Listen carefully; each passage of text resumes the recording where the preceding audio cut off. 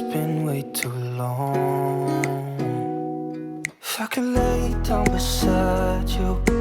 Hello everyone, আসসালামু আলাইকুম। Welcome back to my channel. সবাই কেমন আছেন? আশা করছি আমার সকল ভিউয়ার্সরা ভাইয়েরা আপুরা যে যেখানে আছেন ভালো আছেন, সুস্থ আছেন। ছোট্ট একটি ভিডিও নিয়ে হাজির হয়ে গেলাম। আশা করছি ভালো লাগবে। অবশ্যই ভিডিওটা শেষ পর্যন্ত দেখবেন।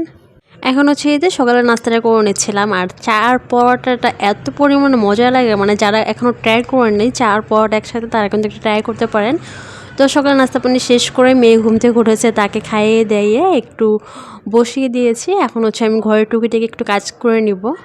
রুমের এই কর্নারটাকে এখন হচ্ছে একটু নতুন করে একটু সাজিয়ে নেবে। এখানে এই যে ফ্রেমগুলো আমার নিজের হাতে কিন্তু তৈরি করা, তো এগুলো কিছু হচ্ছে আমি সেল করেছি, আবার নিজে হচ্ছে আবার নতুন করে হচ্ছে আবার কিছু ডিজাইন করেছি। তো এগুলো হচ্ছে এখন এই কর্নার সাজিয়ে নিচ্ছিলাম।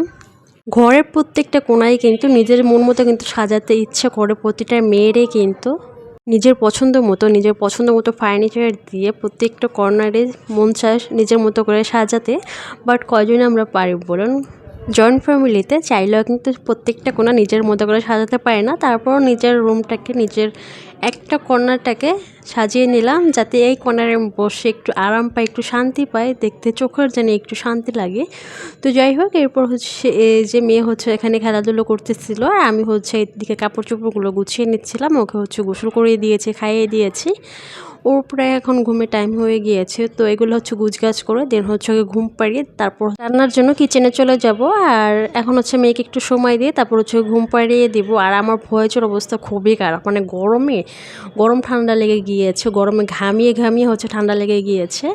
তো যাই হোক, এরপর হচ্ছে এই যে দুপুরের জন্য হচ্ছে লাউ রান্না করব, ডাল রান্না করব, আর সাথে হচ্ছে অল্প করে হচ্ছে একটু মুরগির মাংস রান্না করব।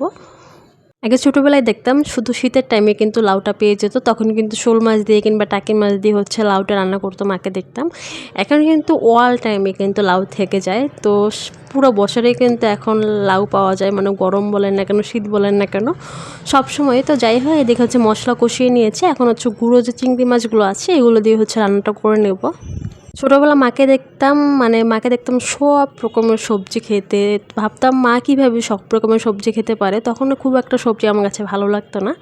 সবজির ভিতরে দেখা যেত ঢেঁড়স কিংবা হচ্ছে আলুটা বেশি খাওয়া পড়তো। বাট এখন আস্তে আস্তে বিয়ের পর আস্তে আস্তে বেবি হওয়ার পর থেকে এখন মনে হয় আমিও সবজি খাওয়া শুরু করে দিয়েছি। প্রায় মোটামুটি অনেক রকমেরই হচ্ছে সবজি খাওয়া পরে, আগে যেখানে ওগুলো খাওয়া হতো না, এখন অল্প অল্প করে খাওয়া শিখে দিচ্ছি। তো এক একটা বয়সের এক একটা রকমের কিন্তু ধরন চলেই আসে বয়সের সাথে সাথে। এখন আমার বাচ্চারা ওরকম সবজি খেতে চায় না, বড় হয়ে গেলে ওরাও কিন্তু আস্তে আস্তে শিখেই যাবে। তো এদিকে এই যে লাউটা কিন্তু বসিয়ে দিয়েছি, দেখতে পাচ্ছেন এক পাতিল ছিল, ওগুলো কিন্তু গলে অর্ধেক হয়ে যাবে। আর এদিকে হচ্ছে যে মুরগির মাংস রান্না করার জন্য মশলা কষিয়ে নিচ্ছিলাম। আইনের জন্য দেখা যায় বিশেষ করে হচ্ছে মুরগির মাংসটা রান্না করা হয় বেশিরভাগ টাইমে হচ্ছে অন্য অন্য মাছ বলেন না কেন, চিংড়ি মাছ বলেন না কেন, কাঁটালা মাছ একদমই খেতে পারে না, এই চিংড়ি মাছ এগুলো হচ্ছে খেতে চায় না। তো এই যে লাউটা কিন্তু অর্ধেকটা কিন্তু মানে গড়লে অর্ধেক হয়ে গিয়েছে, আরও কিন্তু এটা গড়লে আরও কমে যাবে। ভালো করে নেড়ে চেড়ে দিয়ে তারপর হচ্ছে আবার ঢাকনা দিয়ে ঢেকে বেশ কিছুক্ষণ রান্না করে নেবো। আমি কিন্তু এখানে এক্সট্রা কোনো কিন্তু পানি অ্যাড করিনি, যে পানিটা বের হয়েছে ওইটা পানিটা দিয়ে হচ্ছে রান্না করে নিচ্ছিলাম। আর এদিকে হচ্ছে কিছু আলু অ্যাড করে দিয়েছিলাম, আলু দিয়ে হচ্ছে একটু মাখা মাখা হচ্ছে ঝোল ঝোল করে হচ্ছে মুরগির মাংস রান্না করে নিচ্ছিলাম, যাতে দুপুরে খেয়ে রাতে হচ্ছে একই রান্নাতে যাতে হয়ে যায়। এই গরমে বারবার রান্নাঘরে আসতে একদমই ইচ্ছে করে না। এক পাতিল কিন্তু লাউ ছিল, দেখেন গলে অর্ধেক হয়ে গিয়েছে। এই গরমে লাউ দিয়ে কিন্তু এক প্লেট ভাত অনায়াসেই খাওয়া যাবে। তো মোটামুটি আমার রান্নাবান্না শেষ দুপুরে। আর এত গরম লাগতেছিল, তারপর ভাবলাম একটু আম খেয়ে নেই। অবশ্য মাখানোর টাইম ছিল না, তো ভাবলাম এমনি হচ্ছে নর্মালি কেটে তারপর হচ্ছে মরিচের গুঁড়ো, তারপর হচ্ছে লবণ দিয়ে মাখিয়ে তারপর হচ্ছে আমটাকে খেয়ে নিচ্ছিলাম। আমি আর আপনার ভাইয়ের সাথেই ছিল। এই গরমে মানে আম মাখা খেতে কারে না বলেন ভালো না লাগে। আর আম হচ্ছে সব থেকে পছন্দের, মানে ফলের ভিতরে কাঁচা আম বলেন না কেন, পাকা আম বলেন না কেন, আম আর লিচি হচ্ছে সব থেকে পছন্দের। তো এই তো আম মাখাটা খেয়ে তারপর হচ্ছে বাকি কাজগুলো টুকিটাকি করে নেব।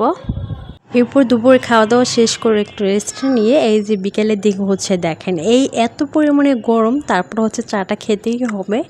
যারা চা লাভার আছে তারা গরম আর শীতে তারা কিন্তু অল টাইমেই চা খেতে পারে, এটা না যে শুধু শীতের টাইমে চা খেতে হবে, গরম টাইমে খাওয়া যাবে না।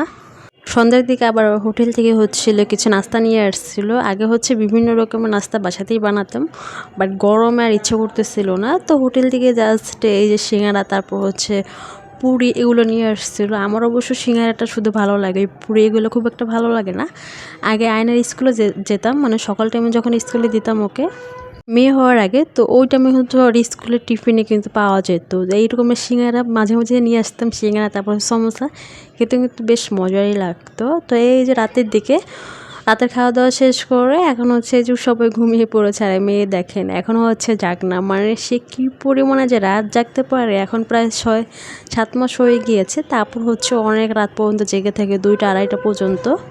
আর ওর বয়সের 4 মাস পর্যন্ত তো সকাল মনে হয় 5:30টার দিকে হচ্ছে ঘুমিয়েছে। এখন তারপরও 2:30-3টা বাজে হচ্ছে ঘুমিয়ে যায়। তো ওর সাথে সাথে আমাকেও কিন্তু রাত জাগতে হয়। তো মেয়েকে নিয়ে এরকমেরই হচ্ছে আমার রাত বেরাতে হতে জেগে থাকতেই হয়। তো যাই হোক, আজকের মতো ভিডিওটা এখানে শেষ করে দিচ্ছি। আল্লাহ হাফেজ, আসসালামু আলাইকুম।